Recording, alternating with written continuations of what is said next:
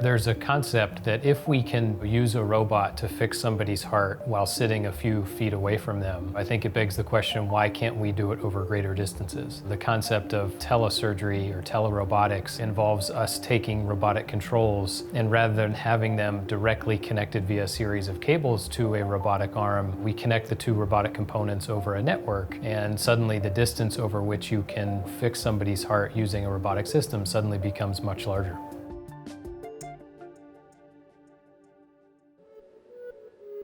As an interventional cardiologist, I fix blocked arteries, and many times those are in patients who have a blocked artery that's causing a heart attack. And so when an artery suddenly closes down in somebody's heart and they begin having a heart attack, the amount of time that takes place between the moment that artery closes to the moment that artery is opened determines how well that patient does. So the longer that the artery is closed, the more likely the patient is to die from that event, the more damage that gets done to the heart, the more likely that patient is to have to live with a life of congestive heart failure. In the United States, we have very large populations of people who live in rural areas that don't have immediate access to a hospital that has a cath lab. And so it can take them hours from when they have their heart attack to actually get to a location that artery can be fixed using catheters and balloon devices.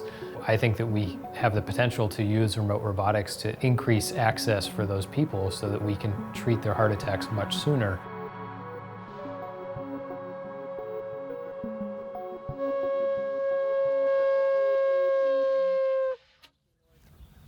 It's called a shofar. Came directly from Israel. Well, my name's James Eric Smith. I go by Jim. And we're sitting here in Truefit, Michigan. And I woke Deb up.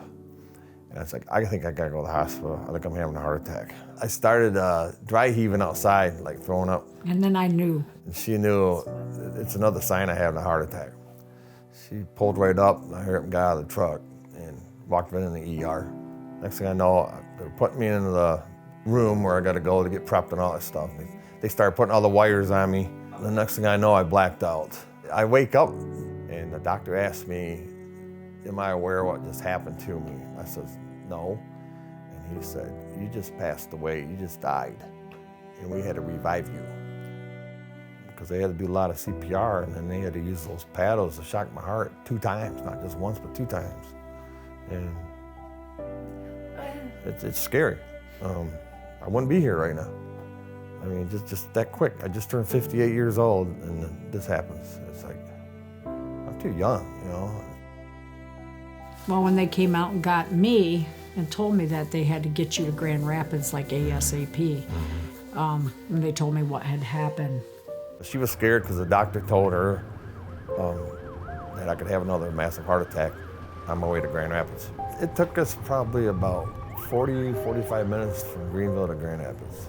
They wanted to fly me Aeromed, but they couldn't because it was raining out, something to do with the safety of them, I'm sure. They wheeled me in immediately into the operating room, and the surgeons were there waiting for me. And they said most people, it's only like 10% of people that actually survive this because I was blocked 100%.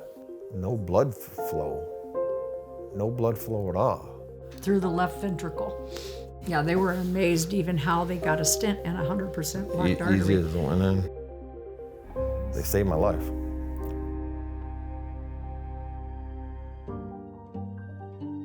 Right now, this day and age, if you show up to a hospital in the United States with a heart attack that doesn't have the ability to open that up because they don't have a cath lab, you would be shipped by ambulance or helicopter to the nearest larger center that does have that capability. With telerobotics, we could position a robotic arm in that remote hospital and actually open that artery up at that remote hospital where that patient shows up. And so it would eliminate potentially the need to emergently transfer that patient. And this is what it would look like if we were doing this with our, using just our hands. And so this is the way that the majority of heart procedures are done, all over the world, is that there's a physician standing next to the patient, manipulating interventional devices. The robotic system doesn't deploy anything. It does all of the pushing and pulling and torquing of interventional devices into and out of the patient's heart that we would, traditionally do with our hands. We've done remote robotics procedures over public internet, over 5G wireless networks, all of which seem to perform adequately enough to accomplish what we need to accomplish. And so we designed an experiment that we conducted where I was sitting at Robotic Controls in Boston, and we had a robotic arm in a laboratory in San Francisco, and demonstrated that even across the continent we were able to control that robotic arm and do simulated robotic procedures despite being 3,000 miles away. Using current internet technology and network connectivity, even though that round trip distance was very large, the latency for those signals was imperceptible to me as the operator. And so that showed that at least within the United States, geographic distance may not be a major constraint for us to use this to reach patients who currently can't reach us. You could do that remote robotic procedure from any location where you could connect to a wireless network. So no longer do you need to be in a hospital or an office building where you're simply plugging things into the wall. You could be anywhere.